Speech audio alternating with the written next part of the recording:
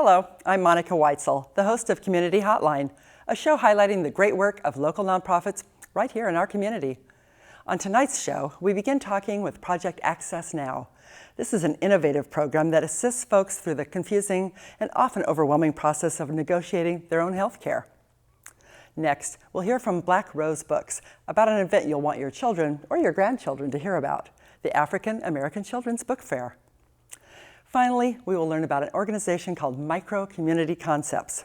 This group is an outgrowth of the tiny house movement. Hear all about it and decide if a micro-community is for you. As you can see, tonight's program is filled with great information. So don't go away. We'll be right back with Community Hotline.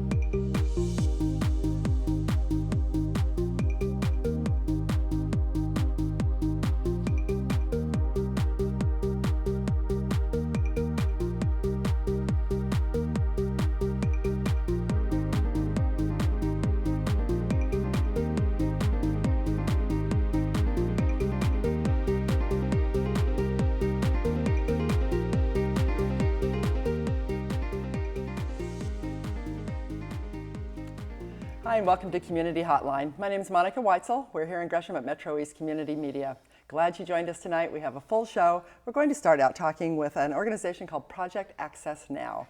And with me representing Project Access Now, we have Linda Nielsen, who is the Executive Director. Welcome. Thank you. And Jonathan Sauerwein, you are the Enrollment Assister Coordinator. That's correct. Okay. Thanks for being here. So Project Access Now, this was your brainchild, is that right? I'd love to be able to take credit for it, but I was a part of a group of people that worked together, basically in healthcare at the time. So this was 8.5, 9 years ago. There were a lot of uninsured people, and there still are. And there still are. There's a lot less, though. Yes. And that's what we'll talk about. Jonathan's program is helping with. But essentially there were a lot of healthcare providers, physicians that were donating care in communities through different, we call them safety net clinics, so different clinics that are serving people who have Medicaid or maybe don't have any health insurance. But it was all kind of a mess, to be honest with you. And not very well organized. Not very well organized. Physicians were getting frustrated. People didn't have the support they needed. So there was a national model that we found called Project Access, and we decided we wanted to bring Project Access to the Tri-County area, and we did, and we called it Project Access Now. One of our thoughts all along was, when healthcare reform comes, we can go away. Because we, of course, thought, wouldn't that be great? Yeah. And healthcare reform came. Yeah. And we're still here. Yeah. And in some ways, I think we learned a lot through the first 6 years when we were working with different clinics, private clinics, safety net clinics, hospital systems. Obviously, people, we call them clients, not patients, because we don't provide medical care. Oh, okay, that makes sense. Really what we came to understand about the strength of our organization is that we are able to support a lot of different things, meaning that our goal is there's an individual human being that needs something. Right. And right now they have to kind of run a gauntlet to get it's overwhelming. the many things that they need. And so our organization is really committed to supporting and collaborating, creating networks, creating ways that people can get connected to the services they need in a way that's dignified, in a way that's efficient and effective. And beautiful. So that's the big picture. So we still have, as you have mentioned, there still are uninsured people. So we do still have a classic program. We call it our donated care model. We take referrals for that program through different partner clinics. Okay. So as people show up, they so actually the best place for folks that have access to the internet, the coalitionclinics.org has a find a clinic function on it, and any of those clinics can, if there's a need to refer to Project Access Now, they do. Also 211 info. If you call 211 info, they'll refer you to a clinic. You're not going to get referred to Project Access. Oops, Project Access now. But eventually. Because the point is we aren't the front line, right? We support the front line in that particular program. So tell me a little bit about how you support them. So you said you're connecting people with resources they need. A person gets into, let's say Wallace Medical Concern, which is out here. And Wallace Medical Concern is a great clinic. They're able to provide lots of services, but they don't have specialty care. So Wallace then refers to us when someone needs to see a cardiologist or a urologist or something. And so then we support them. We provide interpreters if they're not English speaking. We actually set the client up with an ID card, so they show up at their appointment and they look insured. Right. Which just gives them some confidence, I would think, just walking in the door. Yeah, and again, the dignity factor is pretty important. Yeah. So we're still doing that. We're also, just real briefly, want to talk about another program that we are just starting to launch here in Rockwood, which is with about 20 or 22 different community-based organizations, and same kind of thing that, we know that all these agencies are serving the same families, or many of them are serving the same families. So we're creating a collaborative network, and we're going to basically identify families in need and assign that family a navigator. Right. Somebody who... I was actually a part of a meeting here when we were talking about that. We must have met that day. Yeah, that must have been us. Yeah, but and I wondered when you were coming on. Is that the same organization? Yeah. So we're setting up the logistics right now, and then the pilot is going to launch in September. More to come. That'll be another show. That's a lot. Yeah. That's a lot to do. Yeah. I mean, that's a lot of resources involved. Now, you talked about the fact that there are a lot of people that are not enrolled in health care of any kind. So is that where you come in, Jonathan? It is. We started a pilot project that involved the area hospitals and the government's office and one of the unions, the SEIU. And so they wanted to see if we could reach out and get 100 applicants. 1,000. 1,000 applicants. Even 1,000. Yeah. That makes it even That's better. A lot of applicants. 1,000 applicants within a short period of time. And so, there was some doubt that we could by some, and then others thought that we would be able to. Well, we accomplished that by reaching out to the community partners in the various areas like Rockwood, Lentz, and throughout the tri-counties, and pulled in people that basically didn't know that they needed to have insurance just because of communications, or had difficulty navigating the system. It's a very difficult system, whether you're going through the federal marketplace or the state-run OHP. I think it's difficult if you have insurance and you've had the same insurance company forever. It can be very difficult to navigate the healthcare system. True. I can imagine being from another country and not having English as my primary language and trying to figure out the way we do things. It would be really overwhelming. And the only way you can submit them electronically is in English. So we have a diverse group of people. We have Spanish speaker, Russian speaker, Vietnamese, Somali. Did I leave anybody out? No, those are the languages. Okay, those are the ones. And English. Well, they say now that there are 88 different languages spoken in this area, so you better get busy. The rest of them. And it's amazing because we do have interpretive services that will come out and work for us, but if you went through the application yourself, I dare the average person to get online and just file an OHP application without submitting it and try to understand the questions that they're asking and what you put there. So you take that very frustrating, with English as your second language, and it's been a difficult process for a lot of people. I'm sure. People are thrilled that we're doing this. In fact, we're out in 25 different locations throughout the Tri-County. Wow. To every week, so that every week. So you move around different. We're mobile. So in the clinics, is that where you are? We're in some of the clinics, and we're in a lot of the SNAP offices, WIC office, some specialty places such as El Español. Is that? Programa Hispano. Oh, that's the one. Through I told you my Charities? Spanish isn't great, but So we line up in some churches too. Okay. So we go to places where people are comfortable, and they trust. Because if you go, we also go door to door and we do flyering and stuff to drive people to these events. Oh, okay. But we found out that the best way is to be already involved with the community. Right. And then they'll go there and we help them there. That's good thinking. So how is all this funded? In a variety of ways. We receive some funding. One of the things that a lot of people don't know about the Portland metropolitan area is that every single hospital here is a nonprofit hospital. And what that means is that it's different. I mean, they're not a nonprofit like us. I just want to be clear. The profit level is a little different. But what they do is they take a certain amount of their revenue every year and they invest it back into the community through what they call community benefit. Right. And they support a lot of different initiatives, and our initiatives are some of those. And with healthcare transformation and these efforts, there's some state funding that could theoretically support things. There's a variety of ways that we get money. Obviously, it's also, we rely on individual donors, just like everybody else does. So if somebody really, has a little extra money and they want to support you, they can do that. Yeah, or just to learn more about the information, more information about the organization. We really do have, we mentioned 3 specific projects, but we have other things, believe it or not, that we're doing too. But I want to go back to Jonathan's program too, because, the first thing is to make sure people get connected to coverage if they qualify. So when Jonathan's out there, they can find people. If they qualify, they can enroll them.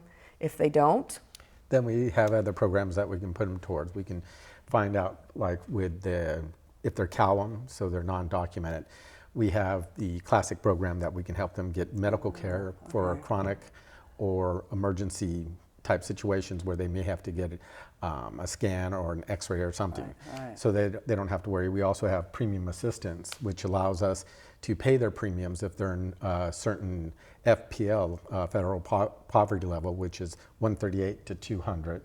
And then we work with another program with Kaiser that will go ahead and cover children that are non-documented, that are in school, which is an excellent thing. It's amazing program. So. Wow. Now, the services that are provided, volunteer doctors, volunteer... For the donated care model, it's all donated. I mean, it's written off. And again, hospitals can do that as a part of their community benefit. But I think what's most impressive about our classic model is that we've got about 1,000 individual healthcare providers in the community that aren't getting any benefit. They feel good inside. They know. Yeah, they know they did something good. But that's really impressive. It is. There's a lot of goodwill in this community, and sometimes a little bit of organization can go a long way. So you're taking all those disorganized doctors and nurses and the people that are trying to get services and just kind of connecting them and well, they guiding want them it to through be the easy, process. right? I mean, they're willing to donate more if it's not hard on them. Well, that makes sense. Now, do you have a need for other volunteers that are non-medical personnel, or? Yeah, we do have some volunteers in our clinics. We don't have any clinics in our office. There are obviously, kind of clerical kinds of things. Yeah. Sometimes there are special projects. We have events. We have a marketing and development committee. Then we have a board of directors, and we have committees. And just like any nonprofit, we're always looking for real rich representation from the community that we're serving, and always interested in meeting people with skills or even just the desire to participate in supporting our organization. Yeah, you work with the homeless community. Is that a pretty good size part of it? Yeah, we have. We've hooked up with a couple of different organizations locally. We're at the food banks. We're at the homeless shelters and everything. So is that somewhere where you would sign people up? Oh yes, yes, and then be able to, and the thing that we're looking for, and it's, even though our calendar is fairly filled with events that we do, we'd like to reach out to as many people as possible. So if there's an organization out there that's hiding in the woods, in a sense, that wants us to come out and help people get health insurance, they can contact us, and we would set something up. And it's amazing because not everybody's on the internet. As if you're looking for help, sometimes it's by word of mouth in these communities. But those organizations that are our resource, those are ones that if they're not connected with you, but they have the clientele that would meet your mission. Or and one of the different programs. I was going to say it's different programs serve different populations in different ways. But how many people are we going to enroll by the end of June?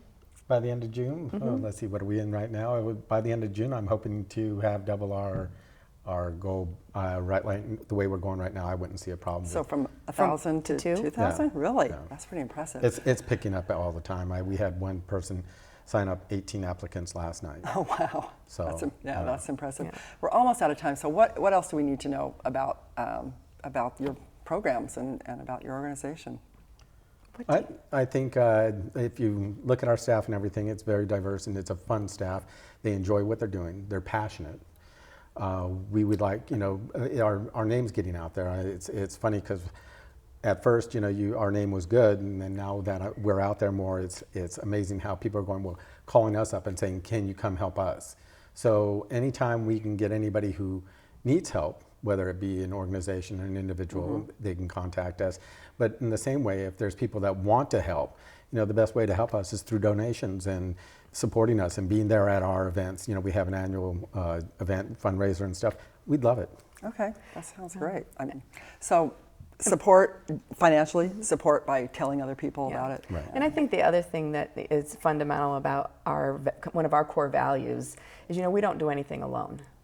There is nothing that we do alone. Right. Everything we do is in partnership or in collaboration with many other organizations, and that's pretty exciting. It makes your work harder, but it's worth it. But it's absolutely worth it because it helps the families we're trying to serve more effectively, and it's really the most sustainable way to do the work we're doing. Right. And thank God that you're out there doing that, because I can't imagine having to do it without somebody to help me navigate that system. So thank you both for being on today and for getting the word out about your organization. So if you would like some more information, you can check out their website. We'll have you on another time and tell us about your fundraisers and different events they have. So there is help out there for you if you don't have insurance, so do check it out. And don't go away, we'll be right back with more of Community Hotline.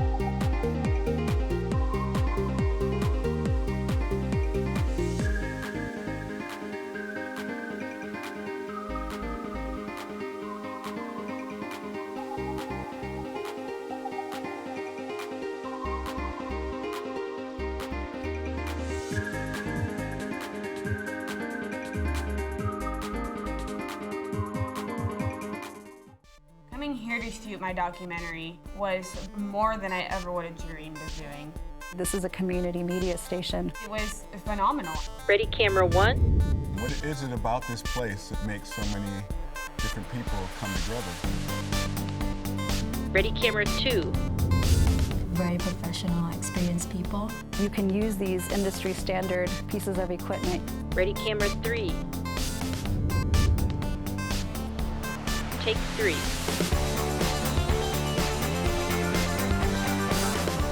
You don't have to be rich to do this. Open people's eyes to something they've never even thought of before. Cool stuff happens. It becomes this community. That's going to really change who's telling the stories and who's controlling the messaging.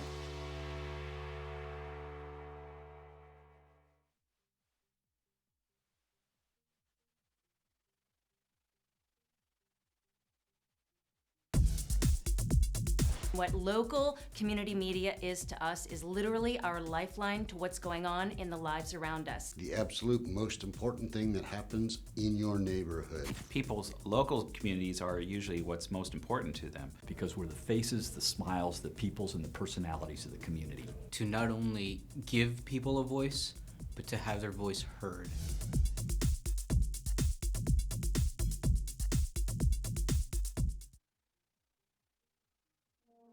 Local government is a very important part of our daily lives.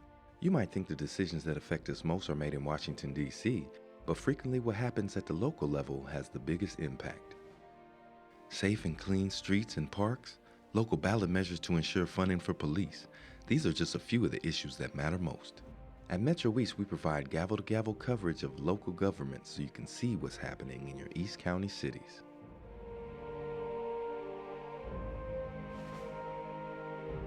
Watch city councils, planning commissions, and school boards on these cable channels or online.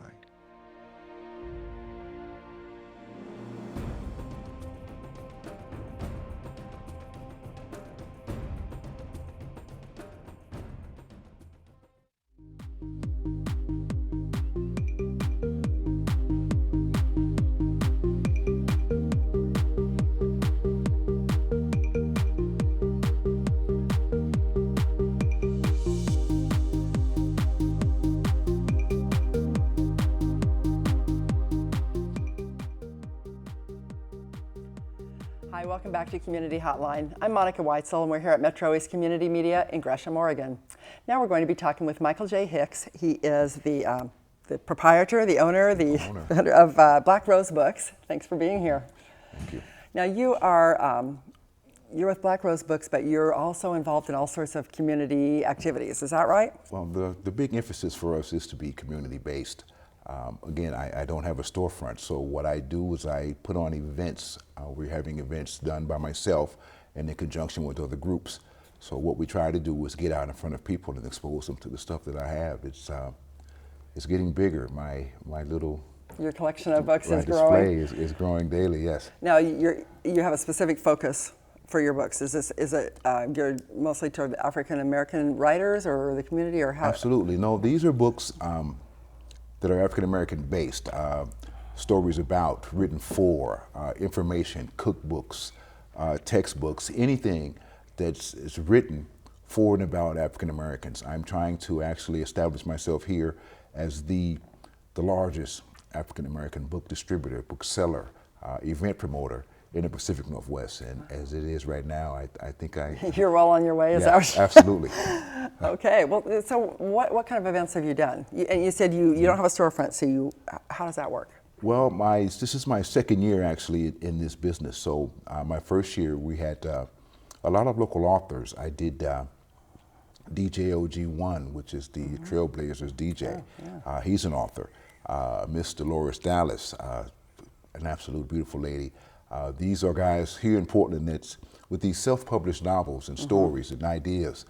What we're doing, again, is there's no real distributorship for African American literature. I mean, not the Northwest in general. There's no other bookstores here. So my idea, my understanding is to get these authors. Surely you have a book, but once you kind of do your friends and family, you kind of... Right. You would like maybe other people to actually appreciate it too. With the following that I have, we do fairly well. We keep your books, your materials in front of people. I found that over the years. This is one of the things that just catches you. You don't wake up that morning and decide to buy a book. But if you happen to walk by something that catches your eye, sparks your interest, 9 times out of 10 you'll pick that up and take it with you. So you're kind of a promoter too. Oh, absolutely a promoter. Yeah, yeah that's the secret to this business, is to get it out there and keep it out there. Yeah.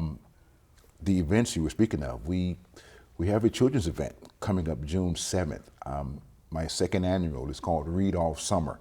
This is Read All Summer 2. What we're doing is we're trying to get these kids involved and engaged over the summer months while they're out of school with books that reflect who they are. I know it's a lot easier, it's a lot simpler to read materials that you recognize. You recognize the name, the situation, the locations, the family dynamics, whatever it might be, to keep your interest. We're going to be there with a lot of books. I'm going to have over 200 titles from pre-K to about high school. Wow. We have 2 local authors that's going to be joining us. Valerie Pierce, she's an educator here in Portland, and Kyene Talton Davis. Both these young ladies have children's books. We have a brother there that's Robert Collins, a younger guy. He's the most fantastic artist you'll ever meet. Really? This guy so does he amazing. Illustrate the books, or? He's, when I first noticed his work, that's what caught my eye. It looked like it could be used or some sort of illustration. But from what I've seen, this guy is amazing. I got him on the phone because I just wanted them to be a part. I want anybody that comes to this event to be exposed to all that's out there. We have community partners, the NAACP, Black Parent Initiative, Backstory Books, the Smart Foundation. Any child that comes to this event, they will leave with a book in their hand, regardless if we buy it or however way, but that's the point. We want to put these books in these children's hands. Were you a reader as a kid? Absolutely a reader, yeah. Me too. I would rather read a book than watch TV any day of the week, and I'm still that way, but don't tell that to my boss. But so what kind of books did you read when you were a kid? I mean, were you exposed to those kind of books that you are providing for the community? Absolutely.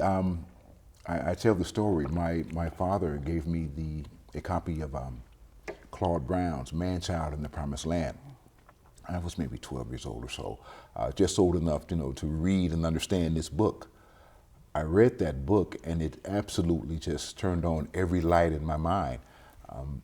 These stories, the adventures, whatever they were going through, so were you. fit me so perfectly. Well, I mean, and that was the first time I've ever read a book that was, I could have wrote this book. I mean, it was so familiar.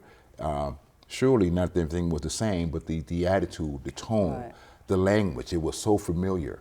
And from that point on, I was just done hooked, for. Huh? Yeah. And I think that's what it takes to get a kid hooked on reading, is to find that book that really speaks to them. Absolutely. That they can really relate to. It makes it so much easier. And again, with the selection, we hope to have that covered. I mean, there's going to be a lot of things that you maybe saw on Amazon or maybe not, but we're going to have a lot of material available for a lot of different kids, and this is going to be a very exciting event. So tell me a little bit about it. This is at the Rosewood Initiative? The Rosewood Initiative, Sunday, June 7th from 12 to 4, 162nd and Stark, right in the corner, the Rosewood. And a lot of people don't even know what the Rosewood Initiative is, and I only went there for the first time in the last month or so. I was very impressed. It's a great little community center. I found these guys. I was actually recommended by the NAACP president to go and talk with these guys, and I went in. The facility is huge. It's nice size. It's beautiful. The price was perfect for me, and they're very responsive to the needs. Tony and the guys up there, they're just they made this thing a lot easier for me. Again, we're trying to develop this into a yearly event, and right now that's our home. I would go back. Good. Yeah, I like that. I like the whole location, and it's there for the community. People can come in, and they can have classes there. They can dance. They can hold on to their culture, because there's a lot of different. This is going to be good. I'm mildly surprised when I started to put it together. You always have your ideas and doubts, but it is coming along beautifully, and hopefully this thing will really set a precedent. My first one was actually in the Pearl District, and I didn't know what to expect. But they came out. They came out so beautiful. And then I'm realizing that was a little bit tough for parking, a little bit out of the way. So we have this venue now that plenty of free parking, is wide open. We're looking for a huge crowd. I am. I need you guys to come. Okay, so you have the authors that are coming. What are they going to do? Are they going to sign books? Are they going to talk? What do you have planned for them? My authors, I like these guys to be engaged because they're definitely going to be selling their material, but they're also going to be reading. They're going to be answering questions. My authors are definitely going to be engaged with the crowd. We have the young man, Robert Collins, that's going to oversee our art table. We're going to have art supplies out, pencils and chalks. So the kids can come in and this is something to do, get into this, because we have an artist in front of you. You can see what could happen. Nikki Brown Clown is going to be there. Nikki Brown Clown is, again, this is her second time with us. She's always fun, always fun. So, and this is a free event, is that absolutely correct? Free, yes, absolutely free. So bring the kids, don't have to be African American to come. Oh, no, and I'm so glad you mentioned that. I'm starting to kind of get an understanding from some people that I'm being exclusive. No. African American literature is anybody's literature. This is just told from our perspective. The stories, the adventures. Again, if you could read Dickens and Hemingway and whatever it might be, you could pick up a book by an African American author and still feel very much at home in this story. Learning other people's perspectives and what their lives are like, it's all part of learning and appreciating, you know, the world around you. So I think, you know. Absolutely, and this area, one of the more read areas in the nation, but the fact that we do not have an outlet for our stories, our ideas, we're going to fix that with Black Rose Books. That's great. Now, if somebody wanted to get a hold of you to come to an event they were doing, Absolutely. would they go? Do you have a website that they could go to? And My website right now is in transition, a little bit under construction, but no, we're actually about to set up to go online. Okay. We're going to carry a specific set of titles. What it allows me to do is to get these books ordered. Surely a lot of the newer stuff, older stuff, a great selection, but you could have these books shipped directly to your home. But the website is www.blackrosebookspdx.net, all one word. And absolutely, we're doing some things coming this summer. We're going to be in Seattle for Father's Day, Tacoma in July, back in Seattle in August. And then the event that we're planning that I just got the best news today, the Northwest Black Book Expo. The Northwest Black Book Expo is September 11th and 12th of this year. It's going to be a 2-day event. We're going to spend that Friday evening as a meet and greet authors reception. Every participant will get a ticket to the event, but we're having food, music, a host, an award ceremony. Where is this held? This is going to be at the Crown Plaza Hotel. Oh, here in Portland. Yes, ma'am. This is going to be absolutely beautiful. So be looking out. That's on its way. Keep that on your radar. Huh? Yes. Yeah. And then that Saturday is the book expo itself. We're going to have authors, artists, music, whatever else I can get into this room here on the PCC Cascade campus. Today we just finalized me having Terrell Hall. I mean, all of Terrell Hall. So we got the auditoriums, we got classrooms, we got hallways, we got a beautiful facility. This thing is going to get big. It's going to be so nice, and I'm so appreciative of Karen Edwards, the president of PCC, for letting me get a chance to do that there. This is something that I'm looking to set myself apart with. Now, how did you get into this? What possessed you to start this? Black Rose was something I carried in my heart for at least 20 years. This was an idea that I had, but knowing myself, I was just never ready.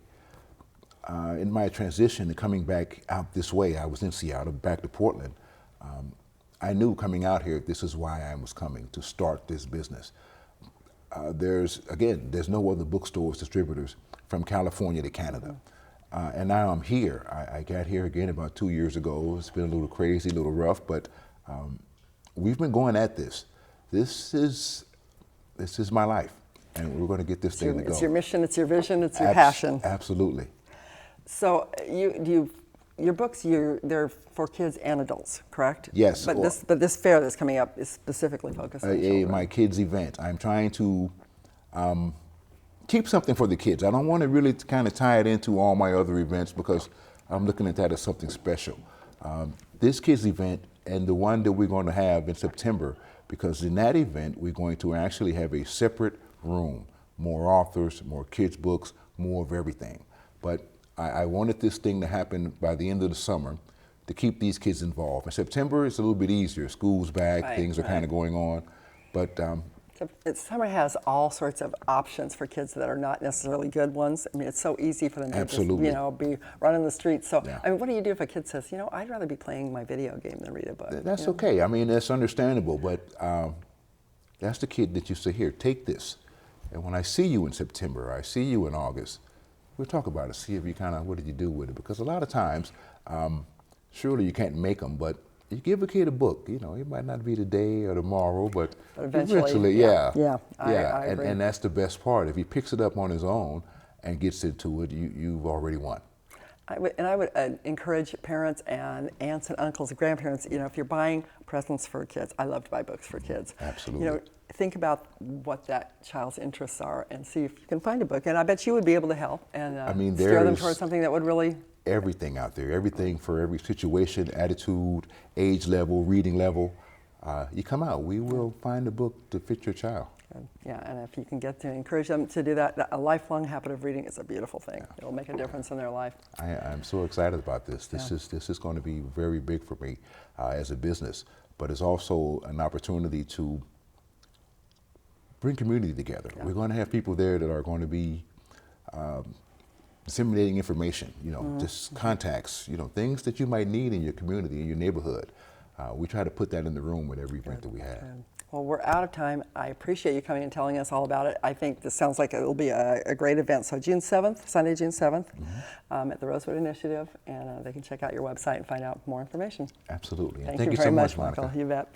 Thanks for joining us for this segment of Community Hotline. You can go to the website and find out more information, and do encourage your kids to read. We'll be right back in just a few moments. That was gold, wasn't it?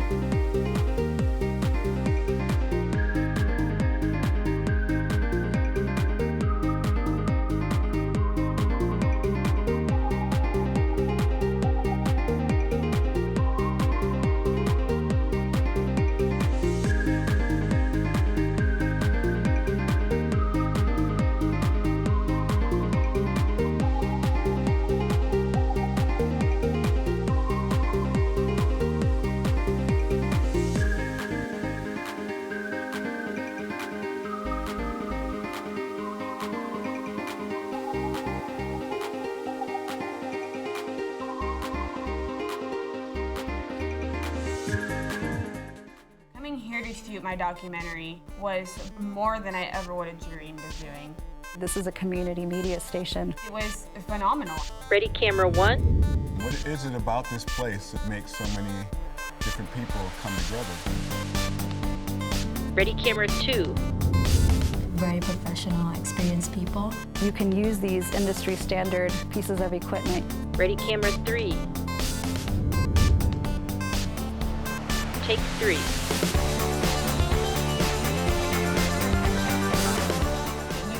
To be rich to do this. Open people's eyes to something they've never even thought of before. Cool stuff happens. It becomes this community. That's going to really change who's telling the stories and who's controlling the messaging.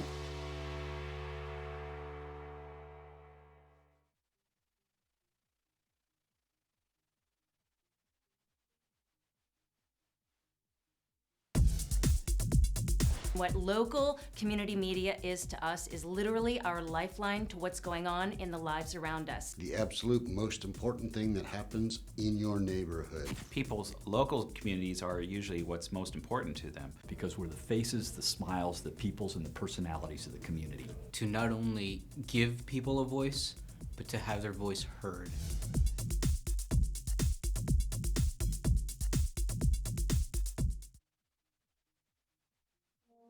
Local government is a very important part of our daily lives.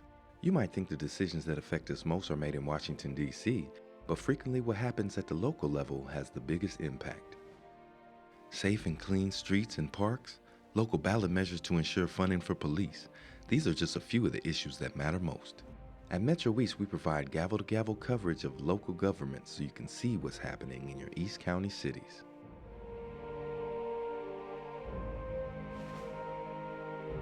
Watch city councils, planning commissions, and school boards on these cable channels or online.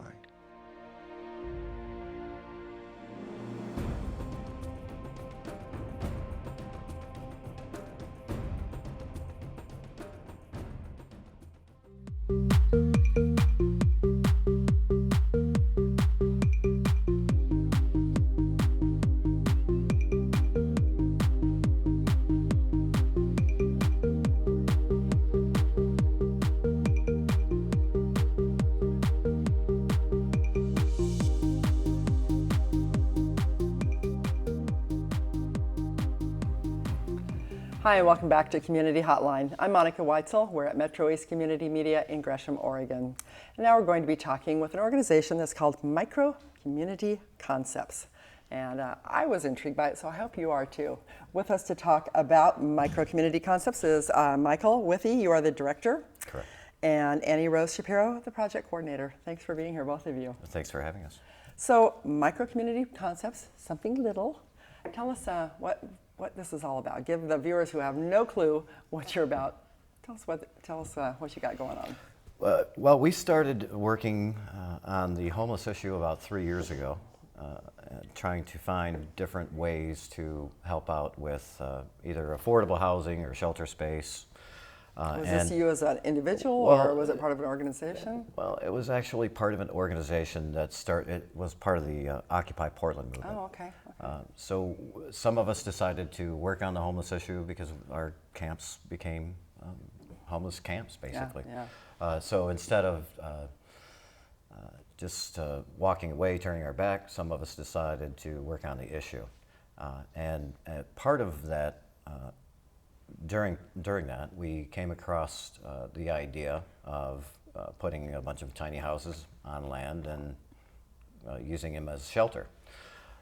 So we took it to organizations like the St. John's Neighborhood Association, and just to get a feel for what the public opinion would be about having one of these in their neighborhood. And we got a lot of backlash. Did you? We did.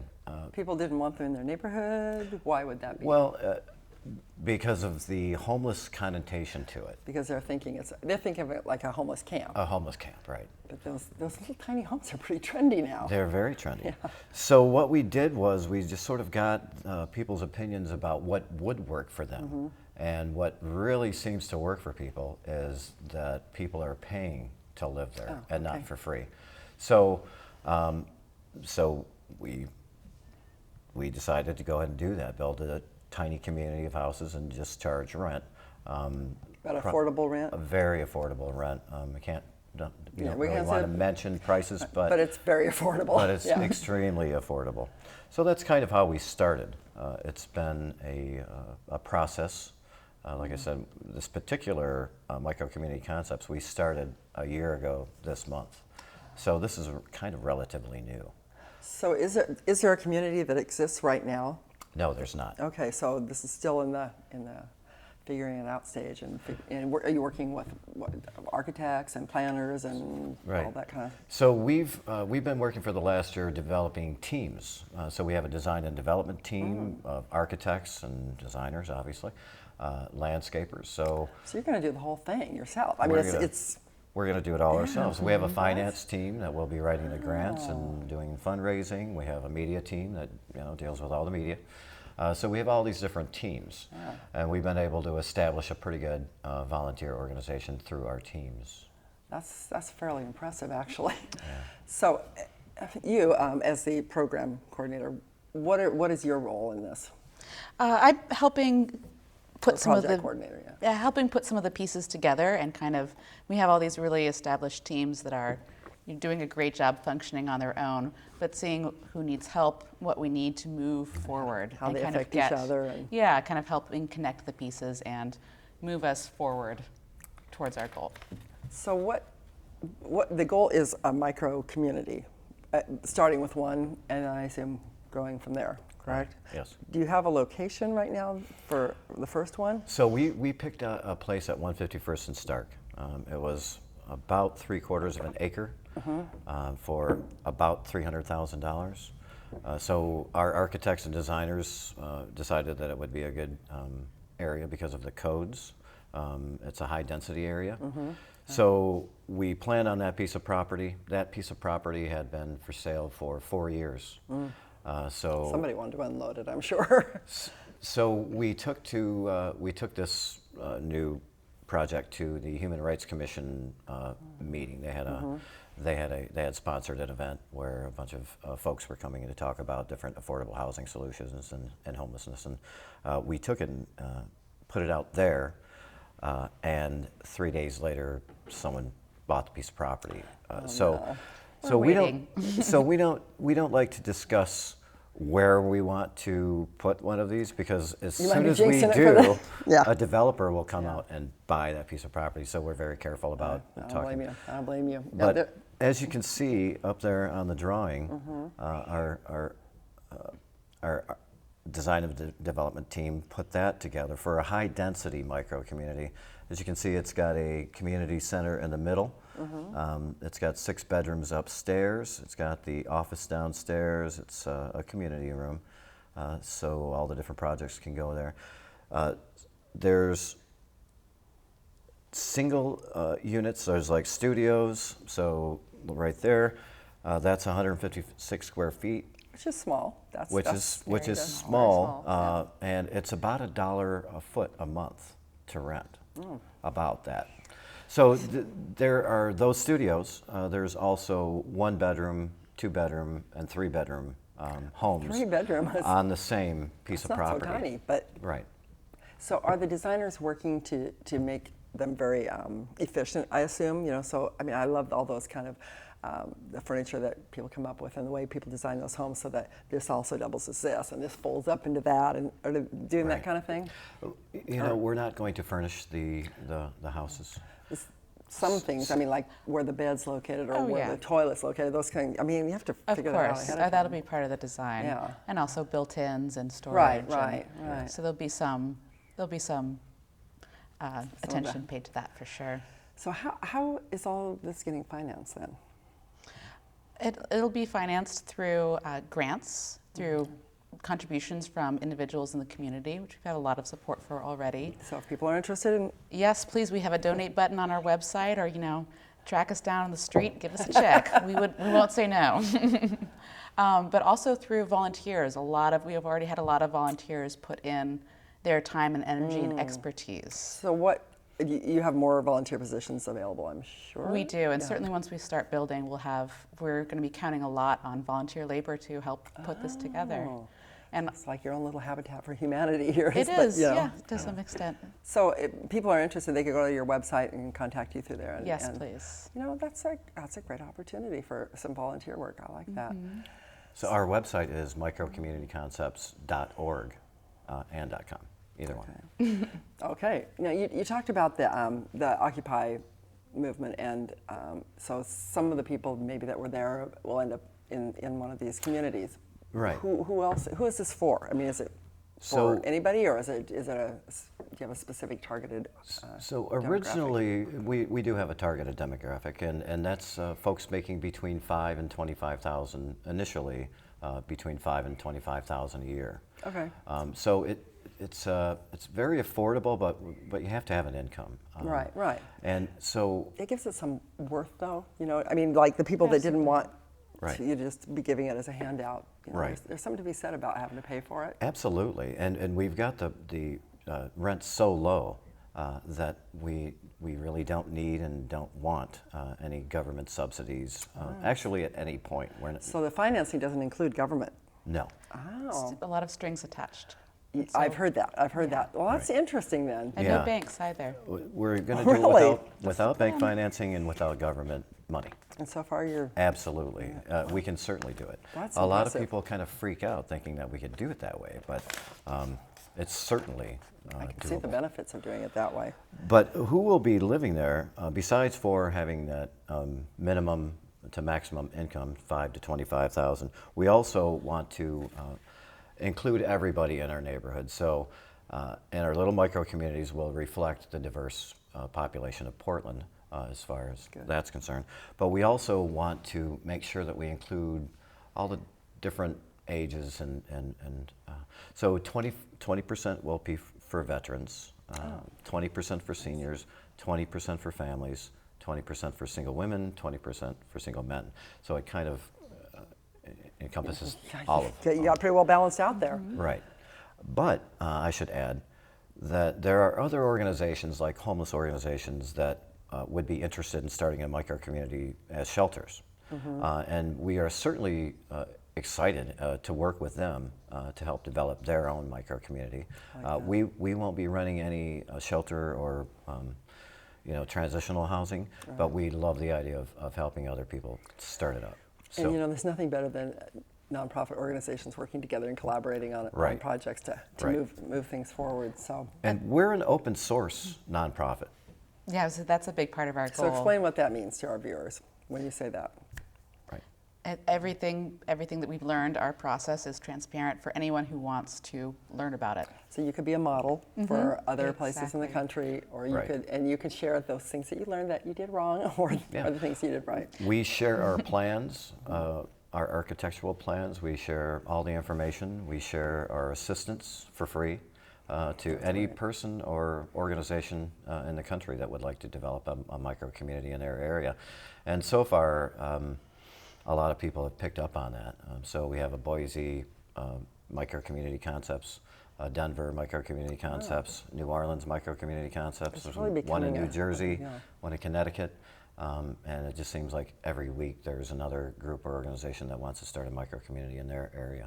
I love the idea, just the fact that the rent has gone up so incredibly here in Portland, as I know from moving recently. It's outrageous. Absolutely. And people have to have a place to live. Your dignity is a lot of times tied to your home, and you're in the place that you live. So being able to provide that for a low cost is, that's a beautiful thing. It really is. I should mention that initially we were looking at a government study that said 40% of homeless people have an income. SSI or SSD, but they just can't afford market rents, so they're on the street. Yeah. So really that was a very basic part of our initial planning. And so will homeless people be moving into our micro-communities? Absolutely. Yeah.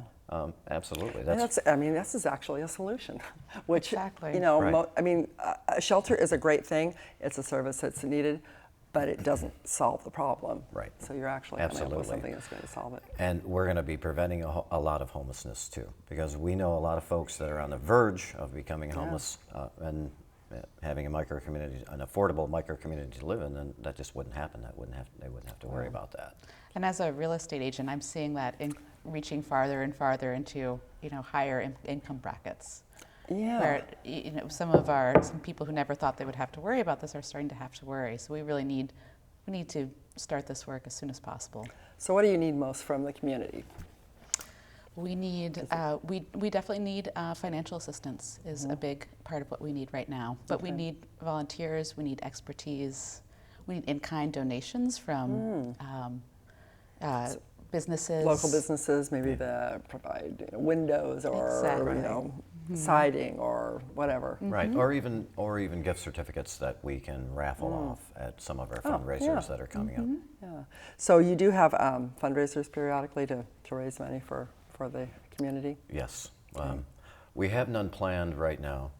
We're very busy with events like Southeast Uplift has an infill exposition coming up. We're going to be part of that. Village Building Convergence is having a big event in a few days. We're reaching out to a lot of Rotary clubs. And spreading the word. And spreading the word as far and wide as we can. Good. Anytime you have anything you want to get out there, come see us too. We'd love to help pass the word about this project. It's great. I'm looking forward to seeing it come to fruition here and actually have your first community. So we're almost out of time. Any last words you want to share, Linda or Mike? Support the community, micro-communities? I absolutely believe that we're at the point now where the only thing that is stopping us from building the pilot project here in Portland is the finances. Okay. So if we can get any help on that, that will just speed us along into our destination. Great, great. Thank you, Annie Rose. Thank you, Michael. Appreciate you being on tonight. And I hope people have learned something about this. It's not just a trendy thing, it's actually going to be something to benefit our community. Absolutely. Thanks for watching Community Hotline tonight. Hope you've learned something, and go ahead and spread the word to the rest of your community about what's going on and all the good things that are happening. I'm Monica Weitzel. We'll see you here next week on Community Hotline. I called you Linda once.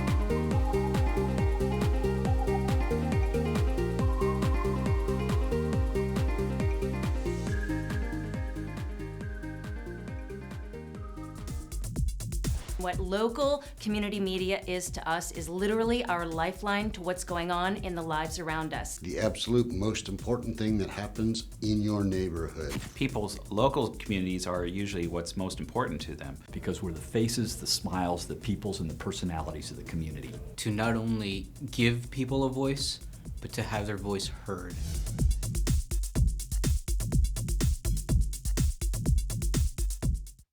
Have you ever wanted to create a TV show of your own? Come check out the basic editing class at MetroEast. Our trainers will give you the skills you need to flex your creative muscles. Using our state-of-the-art IMAX and Final Cut Pro 10, you can work with your own videos, add graphics and music, and even drop in cool special effects like green screen and slow motion. The best part? No experience is required. All ages and skill levels are welcome. Find out more on our website at metroeast.org. In 1977, an 8-year-old boy picked up the game of golf from his father. The odds of that same boy then making it to the US and European Pro Golf Tours, 1 in 7 million. The odds of the Big Easy winning the US Open twice, 1 in 1.2 billion. The odds of him having a child diagnosed with autism, 1 in 88. Ernie Els encourages you to learn the signs of autism. How would I do a commercial to help stop child abuse? I would start by telling the world that I know the pain of abuse. Then I would say something really creative that would inspire people to do something to stop it. And I would end on a hopeful note about how they can make a difference and keep kids like me safe. Help stop child abuse. Call or find us online. The Children's Center, a place where healing